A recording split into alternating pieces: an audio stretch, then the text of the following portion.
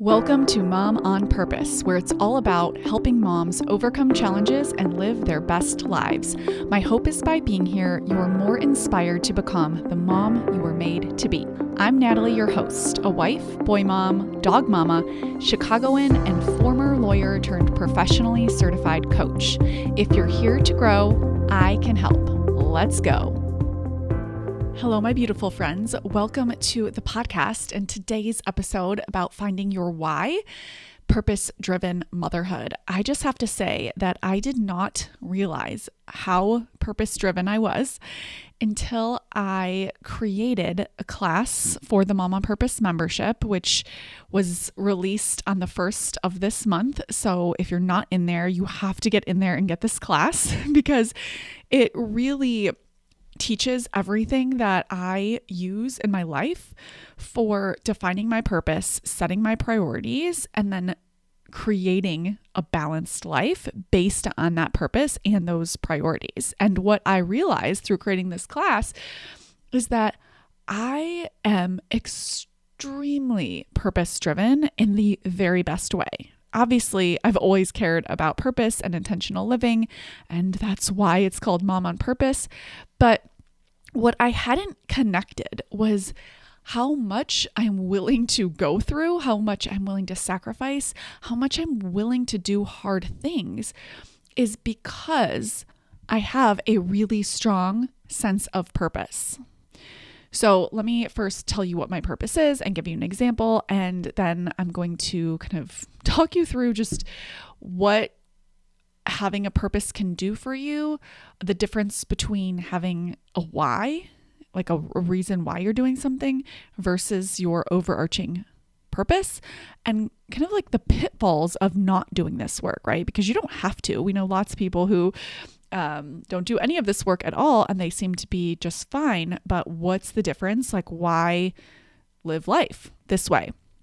So my purpose is to grow my family and be the best mom that I can be.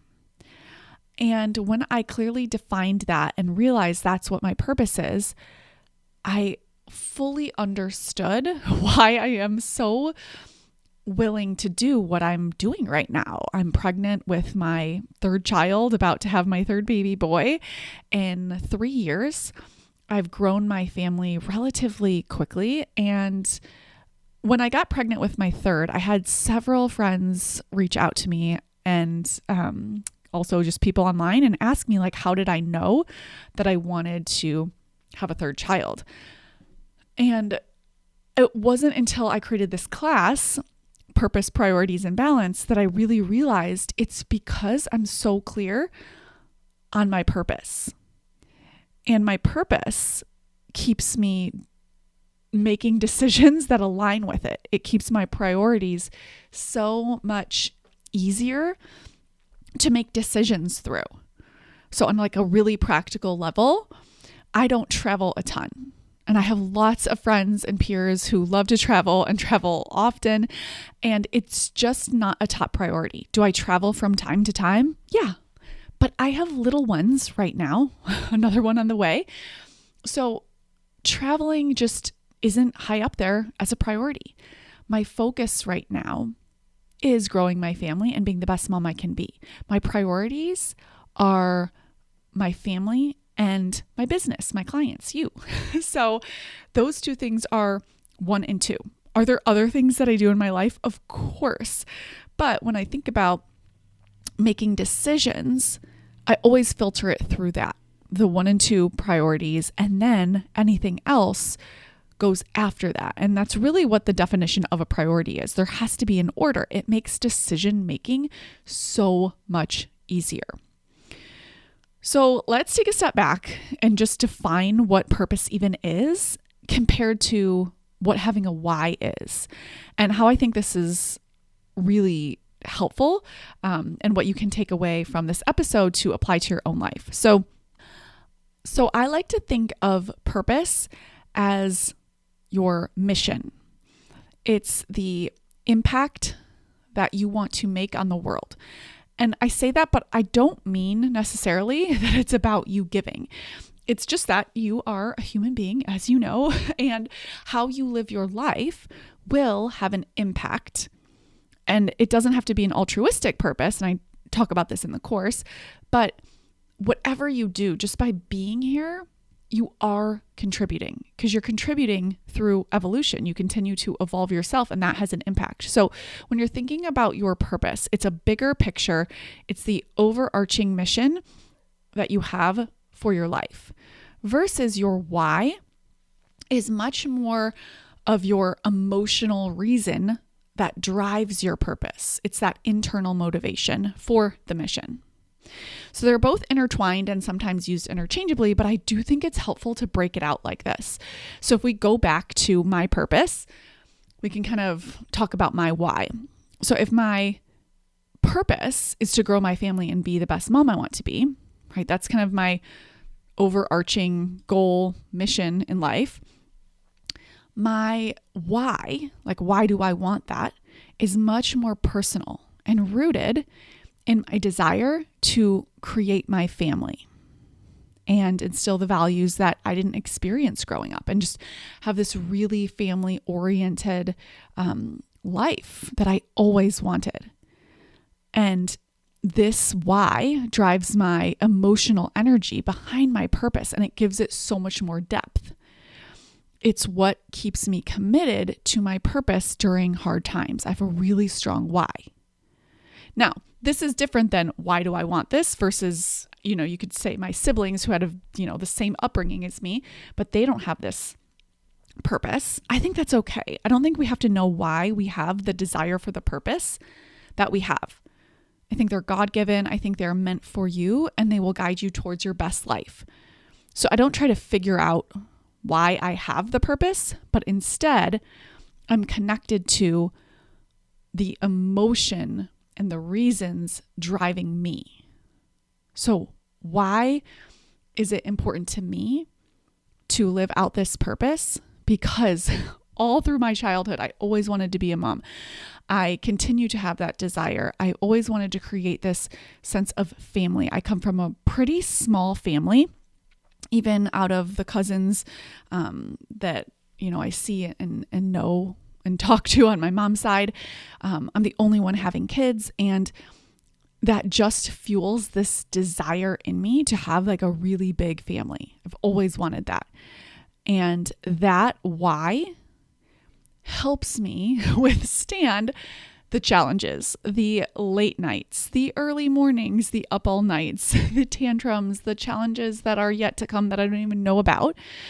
It never wavers my purpose because of my why. So I think hopefully that example helps you when you're defining your purpose. Your purpose is sort of that overarching mission, and your why is the internal motivation for that mission. So why do this at all? Like, why live on purpose? Why do I find it to be so helpful? And what's the alternative? The alternative is living on default. And this is what most people do. We live on default at the effect of the primitive brain. And the primitive brain is wired for survival and efficiency. It is not wired to get you out of your comfort zone, to create an extraordinary life. It's also not wired to be happy. It's, sometimes referred to as that reptilian brain, and it prioritizes survival. So it actually wants you to avoid discomfort, seek pleasure, and conserve energy.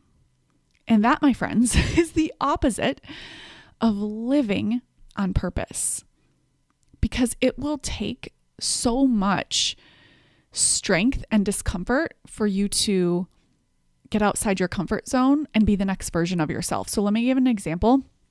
I grew up with a dad who was an alcoholic and really used that as a reason for my dating patterns in adulthood. And what I realized was that was not getting me the results that I wanted. And through so much work on myself, through hiring a very expensive coach and being a part of many coaching programs and just learning and trying different things, I was able to change my dating patterns and I think, break the cycle of what could have been another dysfunctional, toxic marriage. And I didn't do that. And it was extremely uncomfortable because I always used to say, well, this is just who I'm attracted to. This is just, how I see relationships. And this is what I'm familiar with. And all the things that are justified, but never got me the results of a healthy, stable, happy relationship. Like I did not know what that was. And so for someone who grew up with a pretty stable, healthy family, you probably tend to date people and married someone who also reflects that. And you created that as well, but it didn't take any work in terms of personal development work. And that's why this work is so personal. It's one of my greatest accomplishments. It's something that I'm so proud of. And it was extremely challenging.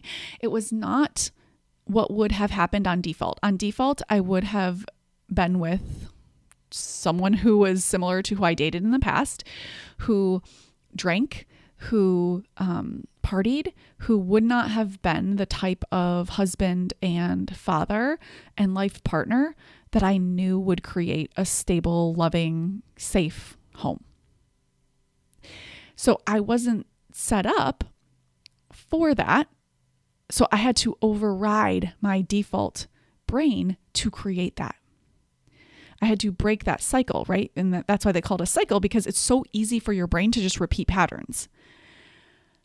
So doing this work, living on purpose, allows you to override the default brain. And it is challenging, my friends, but it is so, so worth it. And in some areas, it's not as challenging as that. You might override your default brain to live a much healthier life than maybe you were accustomed to growing up. So you give up drinking, you give up sugar, you start working out more, and that's challenging. The default brain doesn't like that discomfort. It's wired for survival, and survival meant avoid pain, run from that bear coming into the cave.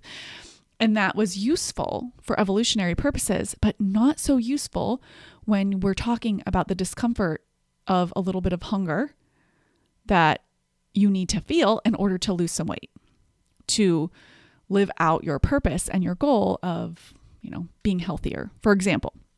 So it really does require overriding your primitive brain to live a more purpose-driven life. And when you do it, it is, oh my gosh, it's so fulfilling. There is nothing better, truly, than living on purpose. And I say that with a very growth-oriented purpose that requires a lot of discomfort. But there are purposes that don't require as much discomfort. And again, I talk about this in the course where, your purpose is so personal. So if you have a purpose to just live a happy, easy life, that's a valid purpose. We need happier, more easygoing people in the world. And yet, living a happy life doesn't mean you're ignoring the negative. It actually means that you're accepting the negative and you're going to be happy with it. And so that takes some effort as well. And yet it's a different type of life, or if you want a peaceful life, or whatever your purpose is, it's going to lead to a very specific type of way of living. And that will be different than someone else who has a purpose that's completely different. And what I love about this for my students and the members in the membership is that you get a choice. You get to learn these tools and decide what your purpose is, not just by default what your neighbors are doing or your peers or what you were taught growing up, but you're learning how to create your own purpose or identify it and then more deliberately live into it so that your priorities reflect your purpose. And I think that is just Such a beautiful gift you give to yourself and to the world. When you live on purpose, you act with intention. You embrace the discomfort of growth. You prioritize what's meaningful for you instead of seeking instant gratification.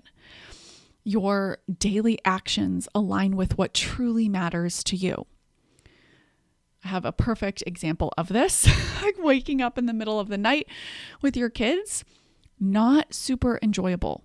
It's probably uncomfortable. And yet, if that aligns with the type of mom who you want to be and your purpose, then you're going to do it. And you're even going to do it with a decent attitude. You might not be thrilled. It's not going to be your happiest moment of the day, but you're not mad about it. You're not complaining about it. You're not kind of living on default mode in that victim mentality. Why is this happening to me? This is aligned with who I want to be. It's a complete game changer because it's a completely different experience. I personally go through this, I have gone through this, and continue to use my purpose to help me stay out of that victim mentality in motherhood that's so easy to fall into when really I'm the one creating all of this. I want to live this life. I want to create a big family. I want family values and to just be family oriented. And when I am so aligned with that, the hard stuff, it's still hard, but I'm not throwing a pity party. And so that's the big difference that I think is really worth mentioning. By living on purpose rather than default, you're consciously choosing to rise above primitive impulses and guide your life in a way that aligns with your higher values, goals, and why. It's about steering your life toward fulfillment, growth, and contribution rather than simply surviving. I like to think about a captain of a ship. If the captain isn't steering, the boat still ends up somewhere. But if the captain is steering, even just a little turn of that wheel takes the ship in a completely different direction. That is what I love about intentionality and purpose. You can have fun, you can add spontaneity, but you're doing it deliberately instead of based on what the primitive brain wants. Because my primitive brain wants in the moment lots of pleasure. It wants lots of M&Ms. It wants to overdrink and Netflix and escape my life. And that is not something that ever goes away. It's something that you manage. And the reason it doesn't go away is because we've taken what was really useful for survival, like desiring pleasure, desiring apples from the apple tree. We've taken that and we've concentrated that pleasure. So now we have apple pie, and now we have chocolate chip cookies, and now we have M&Ms. And because in our modern world, there's access to so much false pleasure that I'm talking about here, it's just something you can't escape, but it is something that you can manage. So you can plan when you're going to have the M&Ms and the apple pie so that you do so intentionally, not so you do it at your own detriment. I think most of us can relate to the food example. So you don't wake up and have your favorite dessert and then just eat it all day. You know that one, you would probably get a stomach ache, and it would not be useful for you to do that. It would harm your body. It would, cause there to be some negative consequences to your health long term. So that right there is being deliberate. Living on purpose allows you to create your life. It's the only way. Otherwise, you end up somewhere, and who knows where it's going to be? Who knows where that ship's going to land?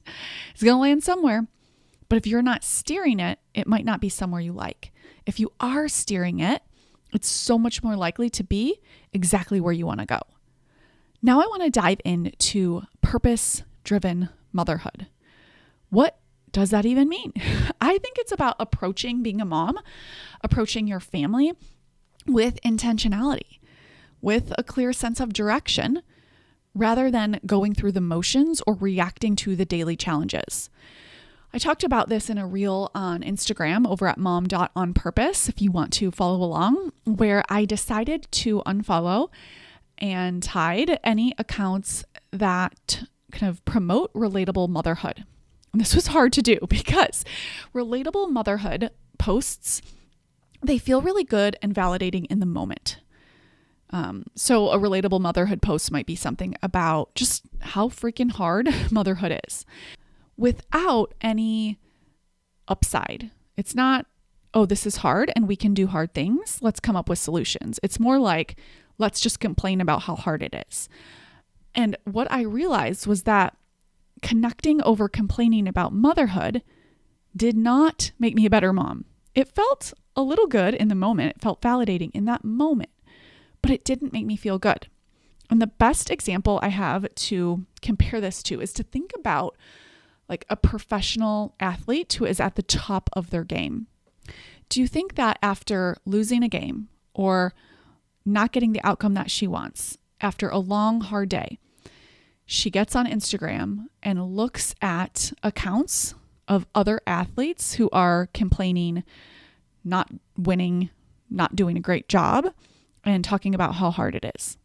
Absolutely not. She is looking up ways to change, ways to be better, ways to solve the challenges, ways to improve the game, ways to win. And what I realized is that I'm not trying to win, quote unquote, at motherhood to prove something about myself. I know that internally I am good. I am a good mom. And I'm a human mom. So there are tons of things that I'm really good at and tons of things I'm not so good at. And what that really means is that I can focus on improving skills just because that's who I want to be, because that's fun, because that's aligned with my purpose. So for me as a mom to live more deliberately, I don't want to be scrolling those relatable motherhood accounts at night, because the mom who I want to be, the mom who's learning those skills, the mom who is working on her mindset and believing in herself and knows, yes, this is hard, but this is aligned with my purpose and this is exactly what I want to be doing. That mom isn't looking at content that validates the victim mentality. That mom is looking at content that motivates her, that inspires her, that helps her. And so that's just a small example from my life that I find to be really helpful. So when you're thinking about purpose-driven motherhood and you're thinking about living more intentionally with a clear sense of direction and not just going through the motions and reacting to daily challenges or feeling like you're at the effect of your life, like practically what does that look like? For me, at a minimum, I'm not looking at the relatable motherhood content. Another part of purpose-driven motherhood for me is asking myself, how do I want to think? How do I want to feel? And how do I want to act? And answering those questions in that order. So for example, if my kids are struggling at bedtime, I want to ask myself, okay, how do I want to think about this? And then how do I want to feel about it? And then how do I want to show up? How do I want to act? And when I ask it in that order, it allows me to create a story that's rooted in connection and love and respect for myself, for my kids, and for my family. It doesn't mean it's not hard. It doesn't mean I'm, super excited that bedtime's challenging, but I show up so much more loving towards myself and so much more loving towards my family. So again, very practically, I'm not yelling. I'm expecting my kids to be basket cases. I am expecting to have to hold boundaries and validate feelings. I have a mindset that is so strong during those challenging moments because I'm living on purpose. I'm asking myself, how do I want to think? How do I want to feel? And how do I want to act? And I'm asking it in that order. In essence, purpose-driven motherhood is about parenting with intention. It's guided by your deeper purpose. And with that, it reflects the life that you want to create. It reflects your priorities. It reflects the mom that you want to be.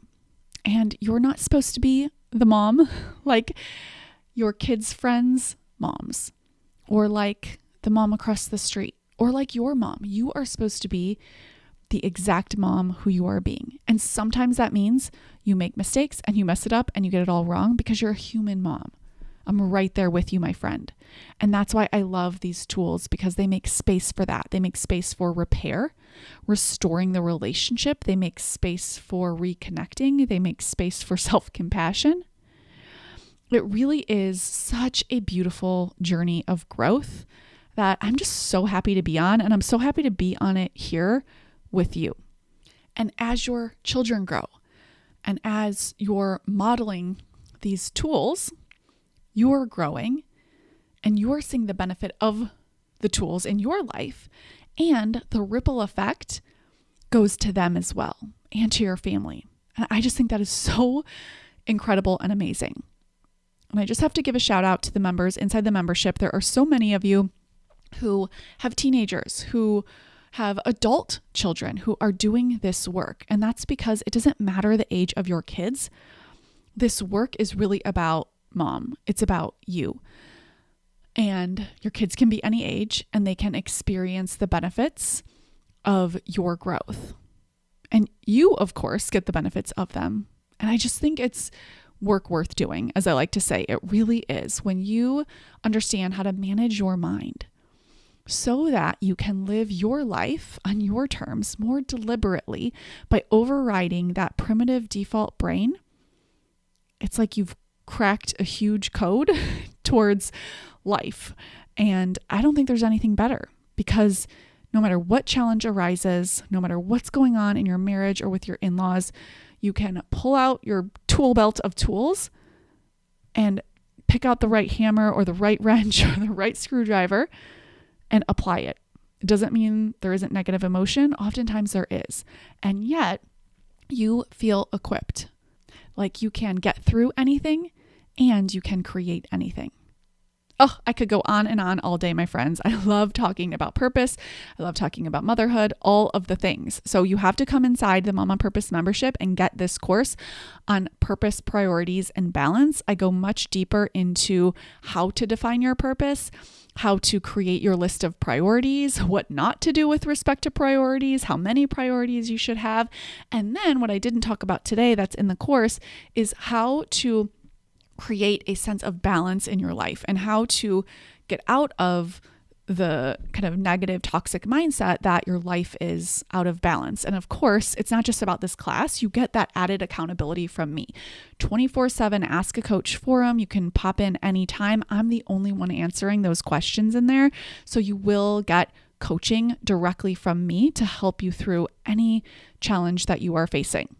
The last thing that I want to leave you with is a tool that you can start using today, which is to start telling yourself the identity that you want to create. So if you listen to this and you're like, this sounds great, Natalie, but I'm really spontaneous and I don't know if this is going to work for me, or this sounds great, but my career is so overwhelming right now. I have so much going on, and you're just not really sure where to start. This is super easy and effective. Every day, start with a positive, intentional identity statement. And I'm going to give you one right here. You ready for it? Write this down. I'm a purpose-driven mom. Just start your day with that. I am a purpose-driven mom. Now, if that doesn't feel believable to you, use this one. Every day, I'm becoming a more purpose-driven mom. So you see how I added some qualifiers in there so that it's still future focused and allows you to live into who you want to be. So take one of those, use them every day, and I promise you, through that lens, you will live more deliberately instead of taking on the identity of the past. And that is just one of the little tools that you can get started with to live more purposefully. Thanks for chatting with me today, my friends.